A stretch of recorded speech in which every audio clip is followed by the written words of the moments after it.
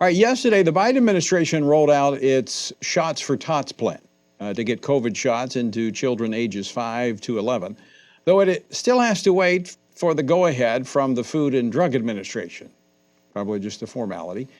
Already, the administration has procured enough shots for every one of the 28 million children that they've identified in the country. And it's just simply waiting for the final green light. They already have a distribution plan out there. And the approval could come as early as the first week in November. The Surgeon General, I'm looking for my notes here, but we've got a clip. I want to play that clip of the Surgeon General. I also think that parents across the country have been waiting for a vaccine for a long time and are eager that this moment may be close. Now, the question is, and I'm sure there may be some parents that are eager to get this vaccine, although I'm not quite sure that it's 28 million parents, or the parents of 28 million children are eager for this. But the question is, will this lead to another mandate? And also, what about side effects, consequences? Is that being considered here when we talk about children? Joining me now to talk about this is Dr. Andrew Bostom. He's a clinical trialist and associate professor of family medicine at Brown University. Dr. Bostom, welcome back to Washington Watch. Thanks for having me back on, Tony. All right, let me just ask you this question straight up. The Biden administration rolling out this plan, they've already procured 28 million doses to be able to vaccinate these children, give children these shots. Do we know enough about this yet? Absolutely not. What we do know is that children in this age range, with exceedingly rare exceptions, kids with neurodevelopmental disabilities, maybe kids that unfortunately are morbidly obese, perhaps, healthy children have close to zero risk from developing serious COVID illness, and in fact, they're at significantly higher risk from both seasonal flu and certainly pandemic flu. And yet we've never seen any sort of draconian mandates, and whether it's mask mandates, vaccine mandates. And I just don't understand this. And on top of that, Tony, the limited data we have for vaccination in children tells us nothing about long-term consequences.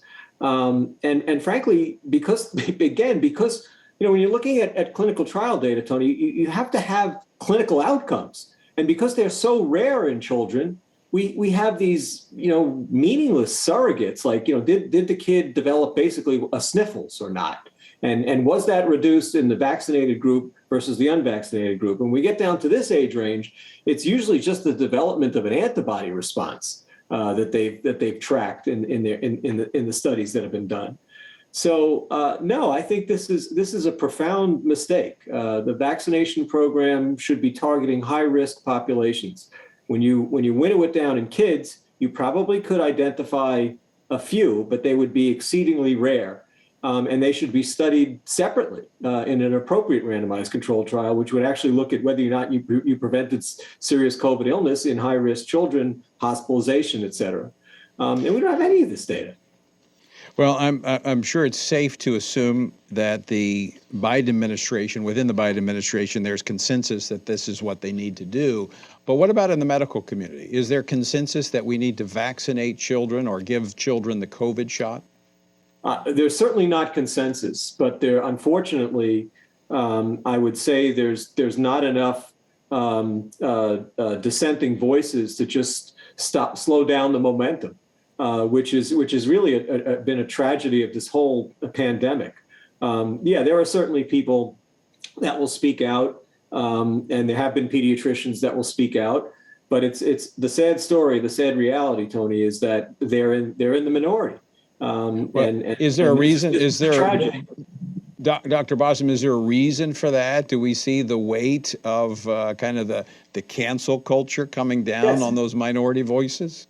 Yeah, I'll give you a very concrete example. So there was a wonderful study done out of Sweden during the first wave in Sweden. If you recall, Tony, Sweden kept its schools open through age 16. Teachers, children were unmasked in school. There was no vaccine. And they didn't report during the first wave a single pediatric death. And this was written up as a research letter to the New England Journal of Medicine by a pediatrician/pediatrician epidemiologist. It was a very clear, concise study with a strong message that children do well with this disease, and that they don't need to be kept out of school, et cetera. The investigator was so pilloried by his colleagues that he wrote an open letter and said he would never do research on COVID again. This is the environment that people face. Wow, amazing. And I thought we were supposed to follow the science. Exactly. And see what the science says. Dr. Bostom, always great to talk with you. Thanks so much Take care, for Tony. coming on today. All right. Sure.